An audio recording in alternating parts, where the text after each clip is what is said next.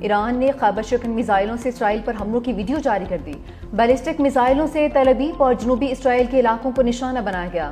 2 عمارتیں مکمل تباہ ہو گئیں. جنوبی اسرائیلی شہر اشتوت میں بھی میزائل گرنے کی اطلاع.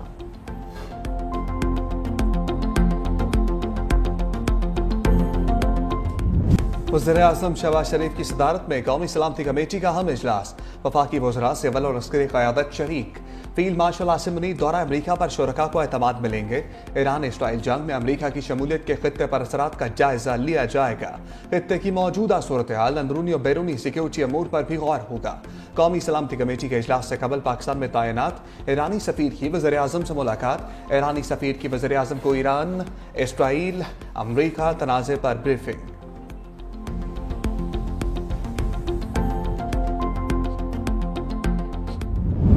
ایران کی جوہری تنصیبات پر امریکی حملے کے منفی اثرات. پاکستان اسٹاک مارکیٹ شدید مندی کا شکار. کاروباری ہفتے کے پہلے دن ہی 100 انڈیکس نے 3 نفسیاتی حدیں کھو دیں.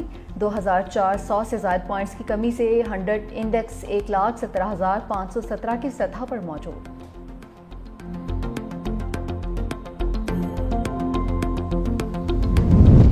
مشرق وسطی میں جنگ کے شعلے بھڑکنے کے بعد خام تیل کی قیمتوں میں مزید اضافہ. عالمی منڈی میں خام تیل کی قیمتیں 3% بڑھ گئیں. برنٹ خام تیل کی فی بیرل قیمت $80 تک جا پہنچی. WTI خام تیل $76 فی بیرل کی سطح کو عبور کر گیا. عالمی منڈی میں گیس بھی $3.90 فی MMBTU میں فروخت ہوئی.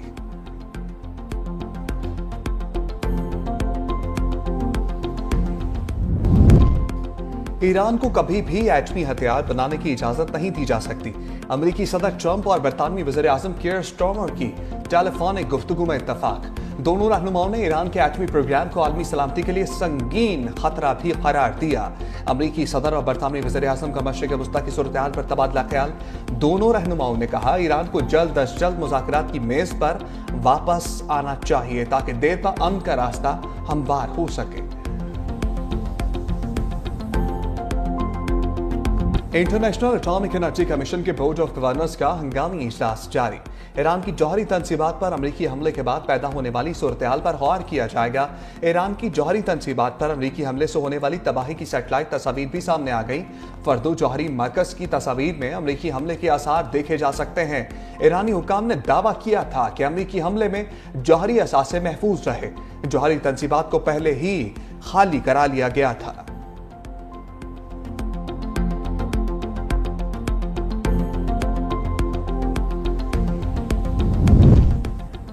ایران نواز ملیشیاؤں نے امریکی اڈوں پر حملے کی تیاری شروع کر دی. امریکی اخبار نیو یارک ٹائمز کا دعویٰ. امریکی اخبار کی رپورٹ میں کہا گیا ممکنہ طور پر عراق اور شام میں امریکی فوجی اڈوں کو نشانہ بنایا جا سکتا ہے. امریکی فوج اور انٹیلیجنس حکام نے حملوں کی تیاری کا سراغ بھی لگا لیا.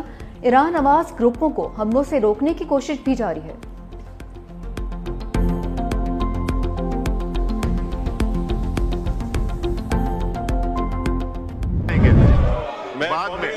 بعد میں کوئی ضروری نہیں ہے کا شکریہ. 25-26 کے بجٹ پر اپنی اقبال آفریدی نے کیا ہے اور آپ لوگوں نے خراب کیا ہے. آپ لوگوں نے کھڑے ہو کے نعرے لگائے. آپ لوگوں نے ان کو نہیں کرنے دیا. خان صاحب یہ سیکیورٹی کو بلائیں سیکیورٹی کو. قائمہ کمیٹی کے چیئرمین اور سینیٹر سلیم مانویوالا. وفاقی وزیر خزانہ کی تقریر کے دوران قومی اسمبلی میں ہنگامہ. اپوزیشن ارکان کی وزیر خزانہ تک پہنچنے کی کوشش. لیگی ارکان وزیر خزانہ کے سامنے کھڑے ہو گئے. اقبال آفریدی کی انجینئر امیر مقام اور حنیف عباسی سے آتا پائی. وفاقی وزیر خزانہ نے کہا بجٹ کی حمایت کرنے پر بلاول بھٹو زرداری سمیت تمام اتحادیوں کے شکر گزار ہیں. بے نظیر انکم سپورٹ پروگرام کو مزید وسعت دے رہے ہیں. خواتین کو مزید 14 ارب روپے کے قرضے فراہم کریں گے. کاروباری ماحول میں بہتری لا رہے ہیں. حکومتی اخراجات کو کنٹرول کیا. وزیر اعظم کی ہدایت پر FPR کو حاصل اختیارات کا ایک بار پھر جائزہ لیا گیا. اب 5 کروڑ روپے تک کے کیسز میں FPR گرفتاری نہیں کر سکے گا.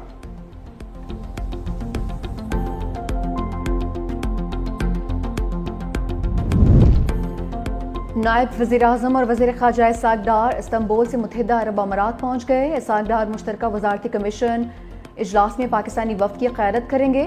UAE روانگی سے پہلے اسحاق ڈار کی OIC وزرائے خارجہ اجلاس میں شرکت. ترکیہ کے صدر رجب طیب ایردوان سے ملاقات بھی کی.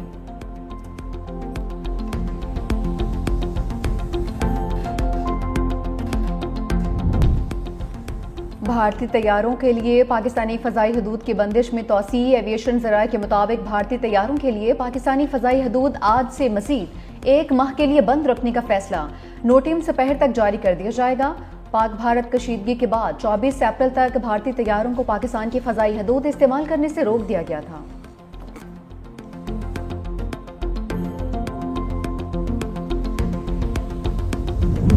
9 مئی مقدمات میں بانی پی چائے کو ضمانت ملے گی یا نہیں، لاہور ہائی کورٹ میں فیصلہ محفوظ کر لیا۔ جسٹس شہباز رضوی کی سربراہی میں 2 رکنی بینچ نے سماعت کی۔ میاں محمود الرشید نے ضمانت کی درخواستیں واپس لے لیں۔ وکیل سلمان صفدر نے کہا کہ اعجاز چودھری کی ضمانت کا معاملہ الگ ہے۔ پولی گرافک ٹیسٹ کی قانونی حیثیت کے حوالے سے ایک کتاب بھی جمع کرائی گئی ہے۔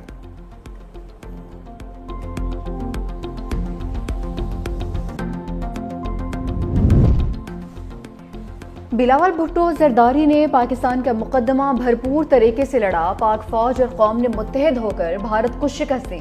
وزیر اعلیٰ سندھ مراد علی شاہ کا اسمبلی میں خطاب، کہا کہ پاکستان کو ہمیشہ دہشت گرد ریاست کے طور پر پیش کرنے کی کوشش ہوتی تھی۔